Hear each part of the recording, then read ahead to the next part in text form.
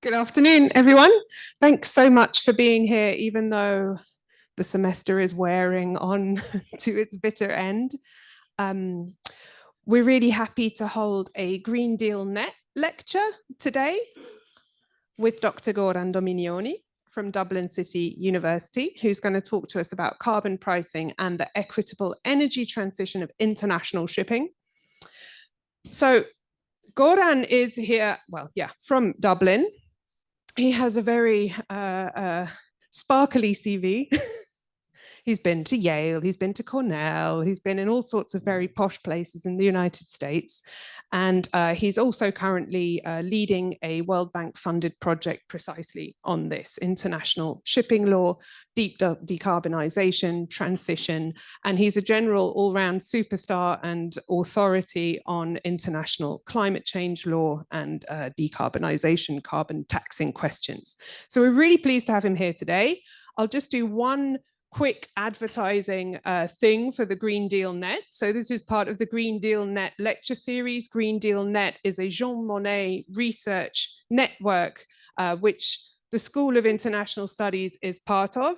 And if you're interested in looking at any of the resources, online lectures, doctoral seminars, visiting programs, etc., that we provide through that network, then go and have a look at greendealnet.eu or just drop me a mail. And oh yeah, I'm Louisa Parks. I work in the school. You may know me. Okay, so without further ado, I'll pass you over to Goran and give him the floor. Thanks a lot, Louisa. It's really for a way too kind introduction, I have to say. Set the bar very high.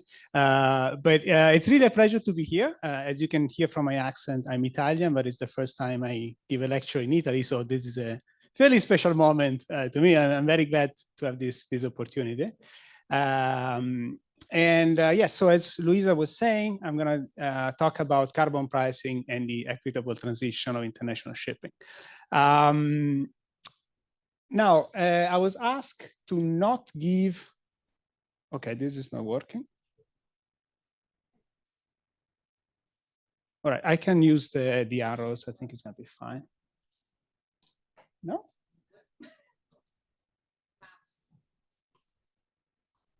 Ah, okay, all right. So I was asked not to discuss a specific paper, but so I will talk kind of diffusely about some of the research that I've done recently. These are two World Bank projects that I contributed to. This is a more recent paper on this topic.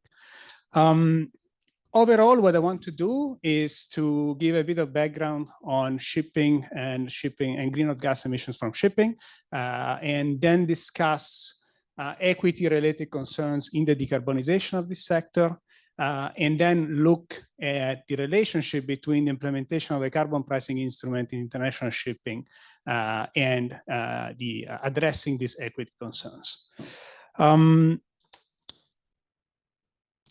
So I do this because shipping is a bit outside our site, at least for most of us, but it's a very important sector for the functioning of the global economy. About 80% of traded goods internationally, at least by volume, are moved around by ships. Let's say it's also vital for many economies when it comes to essential goods. Think about food, the availability of drugs. So it's a very important sector also for food security and disaster response and so on. At the same time, shipping accounts for about 3% of global greenhouse gas emissions. May not sound like a lot, but if you put it into perspective, it's around the size of the annual emissions from Germany or Japan. So it's not very small. And at the same time, let's say in a business as usual scenario, these emissions are expected to grow quite significantly because there is expectation that there is going to be an increase in the demand for transport services, say maritime transport services. Okay, these estimates were made before, let's say, some of the most recent trends that we see with the, say, some of the supply chain that tends to become a bit more shorter in recent years. But nonetheless, let's say the general trends, you can expect it to be the same, say, with the same tendency. At the same time, these are the line of where we would need to be in order to meet some of the sector's targets that the International Maritime Organization gave itself. Let me talk a little bit more about this. So emissions from shipping are regulated, international shipping are regulated both at the, let's say, a national level or the EU level, but there is also a UN agency that is dedicated to the regulation of international shipping. This is the International Maritime Organization. Emissions from shipping are regulated by MEPC, the Marine Environmental Protection Committee. And this July, July 2023, the MEPC delivered a new strategy for reducing emissions from the sector. So this was MEPC 8. You can see a picture here. It was a fairly emotional moment when you have like more than 170 countries coming together and agreeing on something that is so contentious. And so what you saw here are the targets that were agreed in July of this year. Just to give you a little bit of a sense, the agreement reached in July of this year is called the 2023 IMO GHG strategy and was a revision of an initial strategy that was adopted for the decarbonization of the sector in 2018. So the strategy has various decarbonization targets. Just to give you a sense of the main ones and how they, say, they relate to previous emissions reduction targets. Now we have an aim to reach net zero greenhouse gas emissions by or around, i.e. close to 2050. This is, say, was the agreement reached because there were some countries that wanted to have net zero emissions by 2050. Other countries wanted to have net zero around 2050. So they decided to include both language so that they could reach an agreement with the specification that is close to. So that, let's say, around is not, I say, probably not 2070 or something like that.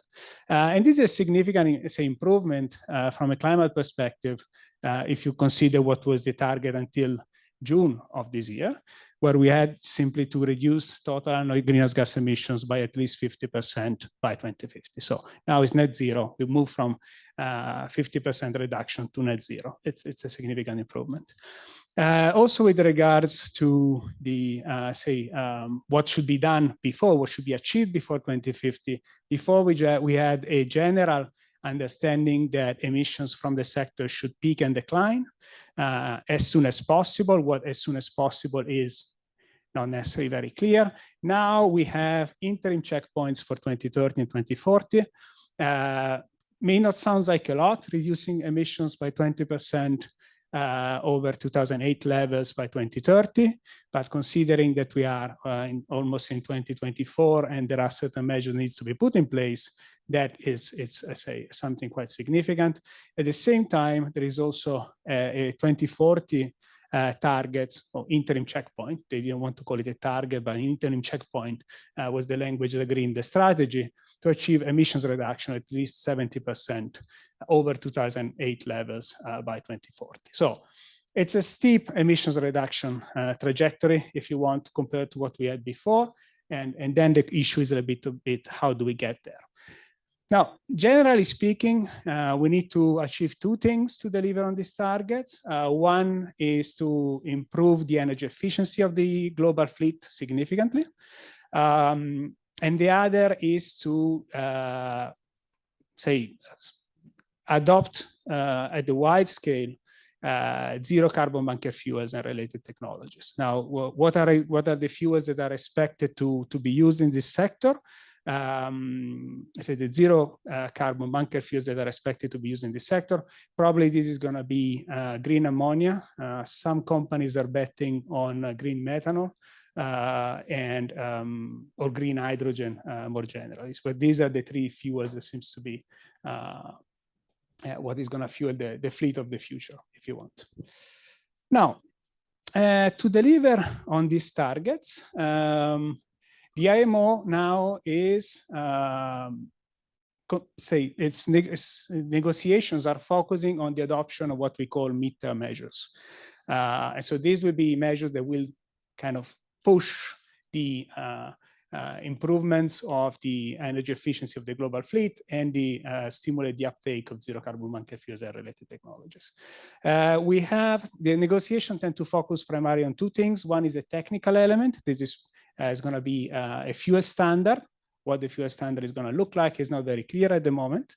And the other one is a GHG pricing mechanism, which is what I would like to focus on today. I'm going to get into the details of what the GHG pricing mechanism can look like in the sector in a second. For now, just think about it as a carbon levy, okay? Just to give you a sense of the schedule on which this organization is working on, there is an expectation that these measures will be adopted in autumn 2025. That is very, very soon. And that they will enter into force in 2027. So we are talking about adopting measures of this type, finding an agreement among more than 170 states on these topics within the next 2 years, in essence. And so this is a bit of a challenge, if you want. Before moving on the relationship, to discuss the relationship between carbon pricing and equity in the energy transition of this sector, let me discuss a little bit what are the main equity-related concerns that, say, are more prevalent in the negotiations at the IMO, and that are also reflected in the language of the 2023 IMO GHG strategy, the one that was adopted in this July.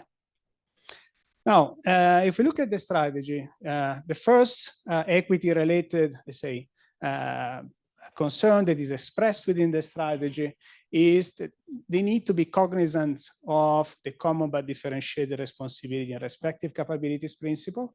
This is also called the CBDRRC principle. This is a principle that is part of the UNFCCC framework. That there are, say, the exact meaning it's contested, but the general idea is that under CBDRRC, countries that have contributed the most to climate change, so that is primarily developed countries in terms of historical greenhouse gas emissions, will need to do more to address climate change. And countries that have higher capacity to address climate change will need to contribute more to addressing climate change. So again, it's generally seen as a principle that requires countries, developed countries, to do more to address climate change than developing ones. Then there are different readings of this. How do we count emissions, whether it's per capita, whether they're historical, whether we count for projected emissions, so on and so forth. We would change a little bit the landscape of which countries are required to do more, or how you say, do you define capacity within the context of climate change, the capacity to address climate change. And so in some ways, but nonetheless, those are the broad lines for the, that define a little bit what this principle requires. The other main concern that is expressed in the strategy is actually probably the most contentious in the negotiations, is the need to address disproportionately negative impacts on states. So what are these? The idea here is that the decarbonization of the sector, including the implementation of a carbon pricing instrument to decarbonize international shipping, will increase transport costs. And if you increase transport costs, that is going to pass on also into the price of goods that are traded.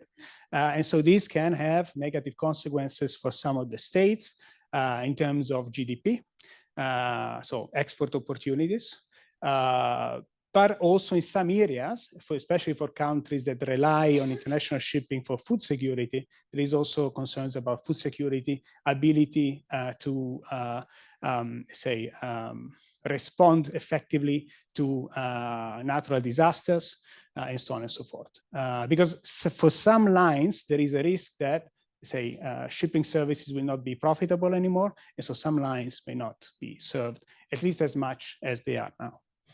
And so there is a whole debate about the need to address, what these negative impacts are. It's not really defined. It's a vague term that, around which every country could find, an agreement that these need to be assessed and addressed.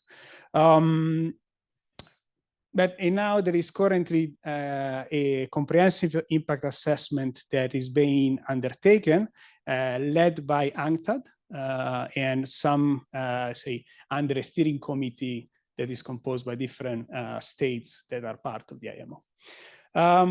What is also, then again, it's not all negative impacts, but only the disproportionate one that needs to be addressed. What is a disproportionate impact? Not defined. But in some ways, when the measures will be operationalized, there will be some sense of what the disproportionate impact is and who actually is entitled, which countries will be entitled to see these impacts addressed.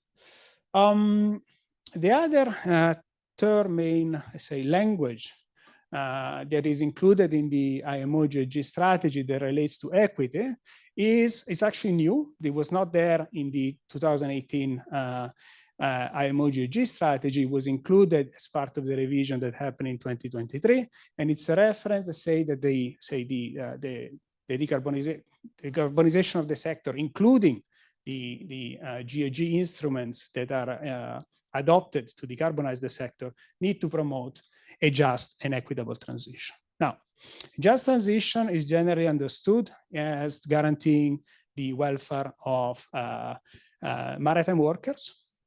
And equitable is, it's a bit more contested what the meaning of equitable and equitable transition is. When you talk with different delegations, they have sometimes very different ideas of what this means. But there are at least two meanings that I would like to discuss today that perhaps are relevant, again, to the content of this presentation. One is the need to require a quick and deep decarbonization. This is something that is particularly crucial for countries that are particularly at risk of, for climate change. Think about small island developing states in the Pacific, but there are also other countries, think about Bangladesh, that are extremely vulnerable to climate change. The other one is also understood as procedural justice, and then we're going to discuss this in the context of carbon pricing. But so this idea of an equitable transition is a bit of a contested ground in the negotiations. Every country sees in this term more or less, perhaps things that are different from what other countries sees, but they were able to find an agreement.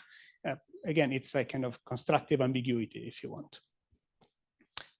Now, the question then is, how can a GHG price contribute to address these concerns that I have just illustrated? And now with the GHG price, there are different measures that are now under negotiations in the IMO. There was an ETS proposal by Norway, which now has been put aside. And what is left for now, it's a GHG levy. And what I mean by a GHG levy, it's a levy that targets the carbon content of fossil fuels or the emissions that are released in providing shipping services. So it's not just a levy on fossil fuels, but it's targeted to the emissions or the carbon content of the fuels. And the others are fee-based. There is now a proposal by Argentina and others, and another one by Japan, which a fee-based, it's in essence, you can think of it as a levy that is paid only by a part of the fleet, and the revenues are redistributed to the other part of the fleet. And the part of the fleet that pays the price, in essence, is the one that is emitting more. And the greener vessels instead of the one that receive the revenue. But so you could see, you could think about it. They have different characteristics, the two proposals, the Argentinian one and the Japanese one. But you can think of it as a kind of a variant of a levy, if you like. Anyway, the question here is how implementing a GHG price can help addressing the equity concerns that we just discussed. So the first I want to start with is deep decarbonization and GHG price. Now, carbon pricing is, of course, is one of the type of policies that you can implement to reduce emissions. That's the same when it comes to shipping. And it can do different type of things within a policy mix that drives the decarbonization of the sector. The main effect, and so here again is the idea of using carbon pricing to address some of the concerns. Remember that the deep decarbonization requirement is part of a view of achieving emissions reduction, significant emissions reduction within the sector to address the concerns of countries that are, especially those that are particularly vulnerable to climate change. Now, the idea of a carbon price, again, it's a levy. What it does, it's in essence, it helps closing the price gap that exists between fossil-based bunker fuels and alternative fuels. Alternative fuels nowadays are much more expensive than fossil-based. And so what you do is that you put a price on the fossil-based bunker fuels, and you help closing the gap and help making the zero carbon bunker fuels more competitive. And so in that way, you stimulate the uptake of this type of fuels and related technologies. I mean, the carbon price is usually also seen as a way to do so in a flexible way, in the sense that it doesn't mandate the adoption of particular technologies by particular companies, and so you expect that the companies for which it's cheaper to reduce emissions, they are the one that actually will do emissions reductions. But say the flexibility component of this is not necessarily part of a key component of what I'm discussing here, but it's there and we can discuss it if you like. The other role of carbon pricing with regards to achieving emissions reductions in the sector refers to the, let's say, implementing a carbon price helps reducing the risk of rebound effects. The idea here, it's in essence that if you improve the energy efficiency of the fleet, what happens is that the operational costs of running a vessel go down because you're consuming less fuel to transport the same amount of goods for a similar distance. And so you may end up using vessels more. If you keep the price of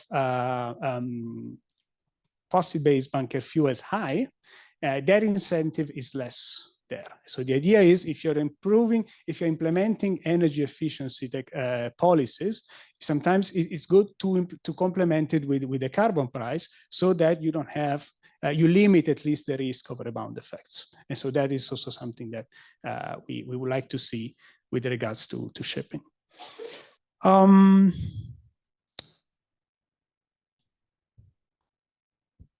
The third is, let's say, the third reason, let's say, the third way in which a carbon price can help reducing emissions from the sector is through the strategic use of carbon revenues. So compared to other policies, I think about the fuel standard that don't create fiscal space, a carbon price, it raises revenues. And so then the question is, how can you use the revenues and whether you want to use the revenues to address the decarbonization needs, say to invest in zero carbon bunker fuels and related technologies. Now, the aspect of the carbon revenues is actually quite prominent in the negotiations because the estimates that we have is that if you implement a carbon price in international shipping, you might be able to raise up to $1 to $2 trillion US between now and 2050. So you can imagine this is a large amount of money. It's about between 40 to $60 billion per year. If you compare it with the current flows of climate finance, it's a significant amount. Think about the $100 billion per year pledge made by developed countries.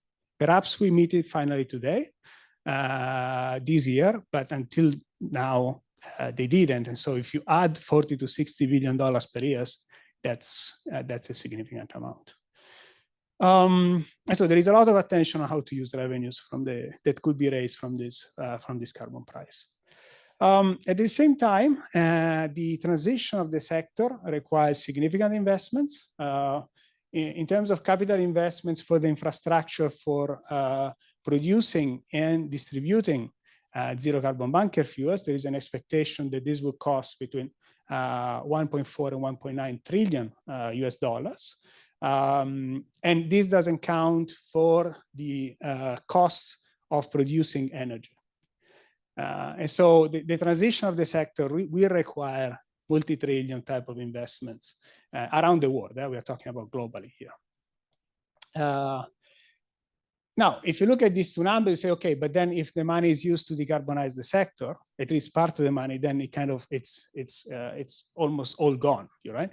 But at the same time, that's not necessarily the case, because you would want the private sector to contribute to the decarbonization. So it's not that you expect to use all the revenues raised to decarbonize the sector, but you kind of de-risk investments so that you try to attract private finance. And at the same time, there are already countries that support the shipping sector. And so you could have additional fiscal space to support the decarbonization of the sector. Now, one interesting thing is that most of the investments that are needed for decarbonizing international shipping are not actually on the vessels. It's primarily land-based investments on the production and distribution of zero carbon bunker fuels. The vessel component, this study estimates it's around 13% of the total investment. So small amount overall.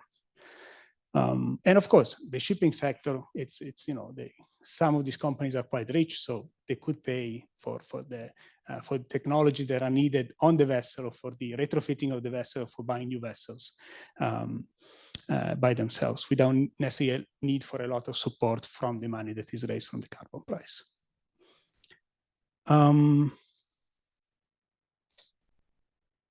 Now, other aspect other ways in which implementing a carbon price can help addressing some of the equity-related concerns in the decarbonization of the sector.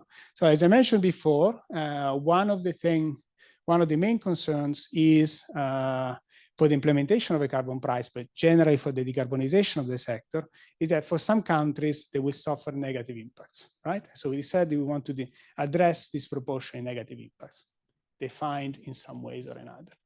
Now, one way in which carbon pricing can help addressing these negative impacts is by making investments that reduce the impacts before the impact occurs. So this is kind of, you prevent the impact before it occurs, and you can do it in various ways. On the one hand, if you reinvest some of the revenues in the decarbonization of the sector, you might be able to achieve the same mitigation targets with less stringent climate policies. So for instance, with a lower carbon price, simply because you have a subsidies that the kind of complements the carbon price. And so in that way, if you lower let's say the stringency of the climate policies, you might be able then to reduce also the overall impacts, and so also address some of the concerns of the states. On the other hand, you can also act on improving the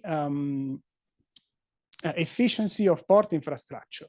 Say the port efficiency is a main component of overall transport cost.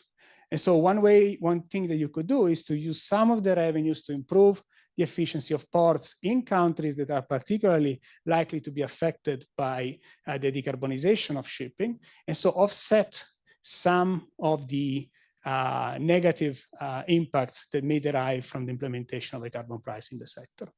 And this would be, let's say, it's an alternative way of addressing negative impacts from the use of exemptions. And let's say, to me, it's particularly valuable to consider because the use of exemptions in shipping creates various problems. You have, for instance, there are risks of avoidance strategies put in place by vessels.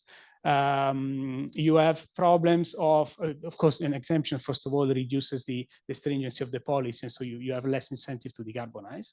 But on top of that, you have risks also of avoidance. Think about, for instance, if you exempt a particular port and the carbon price doesn't apply from, a country B to country A, what you could do if you are someone that needs to deliver a good to country C is to first deliver a good to country A, so that is exempted the voyage that you're doing, and then from there deliver another the good to country C. And so you shorten the amount, the voyage that is covered by the GHG policy, and so you also reduce the part of the greenhouse gas emissions that are under the policy. And so in some ways, there are various problems of exemptions. I'm not going to go through all of them, but if you want to hear more, you can read my recent paper on that point. Another thing that you can do with the carbon price in shipping to address negative impacts is not to try to prevent the negative impact, but is to try to address it ex post. So here is simply, the idea is a particular country is particularly affected by the implementation of a GHG policy in shipping. What you could do is to distribute revenues in a way that takes into account this. So in some way, you give fiscal space to that country to do investments on what they think it's important. Now, whether it's better to prevent or address it ex post, normally prevention, it's a better way to go about it. Sometimes it might not be feasible, so you could also think about having a mix of these two.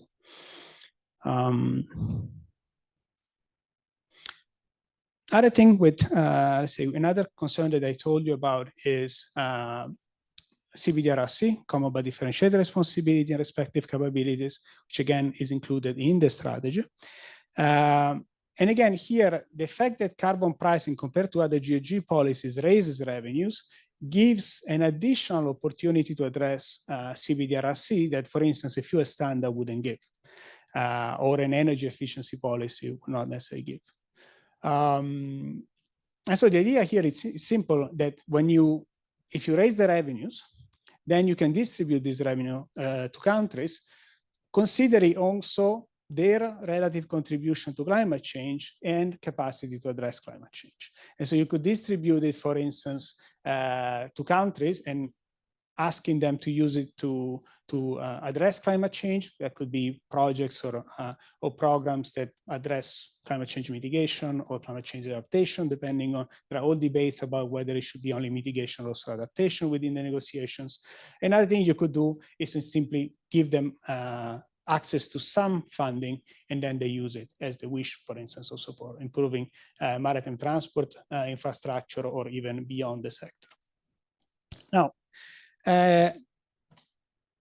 in this respect, I think that if you want to address CBDRC, at least partially, through the use of carbon revenues, one of the important things that, at least to me, is that you don't use all the money within the shipping sector.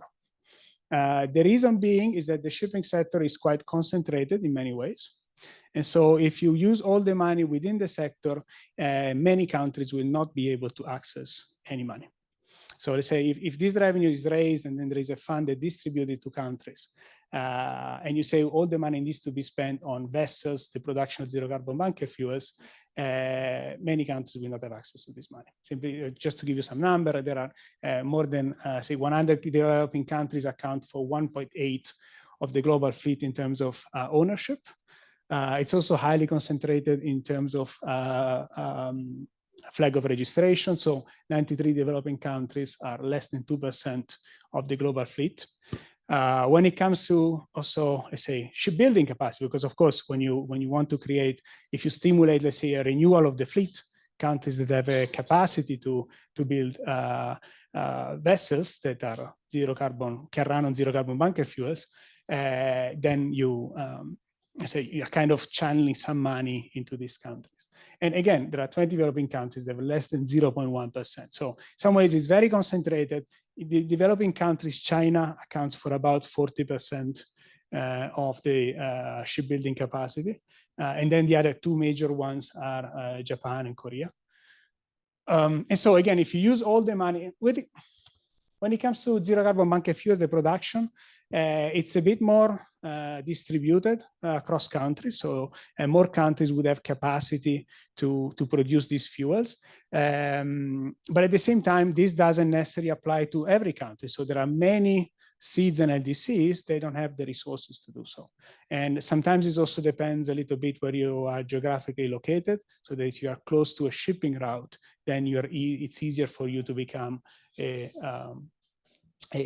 supplier of zero carbon bunker fuel. So if you keep all the money within the sector, it's likely that many countries, many developing countries will be cut out from the use of the revenues. So again, this is a point we make in the our most recent World Bank report.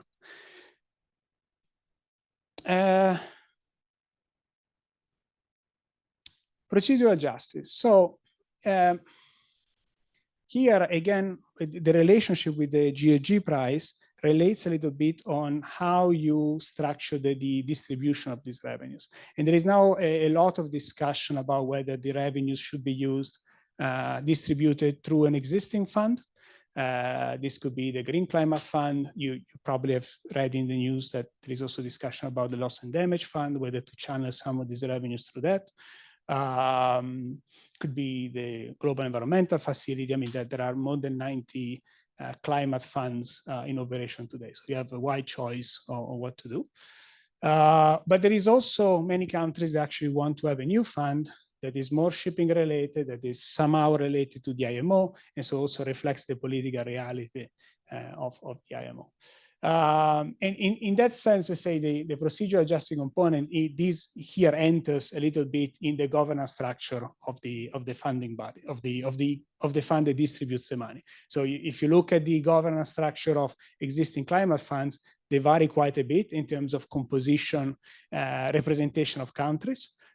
Some have a higher representation of developing countries than others, and the selection also of how the members of the governing body are selected varies quite a bit. So again, there is a bit of discussion there in terms of what is the adequate fund that somehow gives sufficient representation to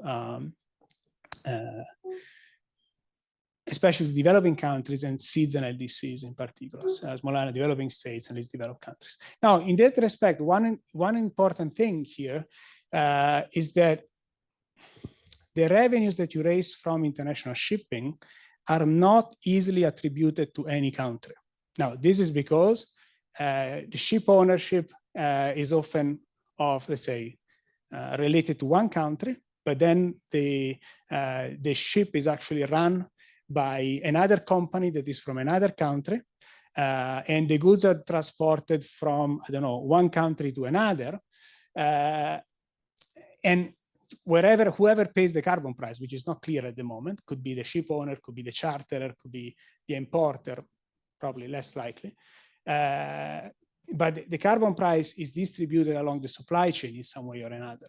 And if you look at studies, who pays the carbon price varies quite a bit with market conditions. And so it's difficult to say that Germany has contributed X, that the United States have contributed Y to say, to provide the fiscal capacity that is there, the fiscal space that is there, thanks to the revenues. And so in some ways, these offer also the possibility to rethink a little bit the governance structure of the funds that distribute the revenues. Because nowadays, you usually have in the governing body, you have a number of countries that are the donor ones, and a number of countries that are expected to receive the revenues. And there is a division about some level of representation of one group or another. Now, if you're not able to point at one country and say, you have given this, you say kind of lower a little bit the claim that this country can have on the way, on making decision on how the revenues are distributed.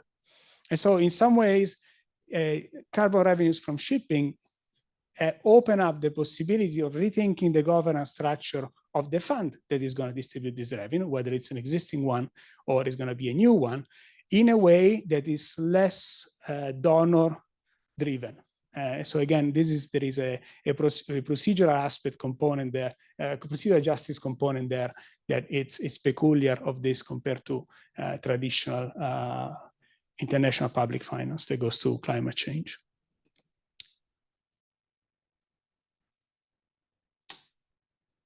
All right, I think it's 45 minutes precise.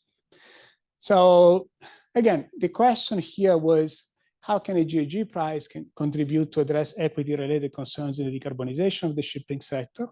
To recap, I discussed a little bit how the carbon pricing can help reducing emissions and be, say, a helpful component of the policy mix that that decarbonizes the shipping sector.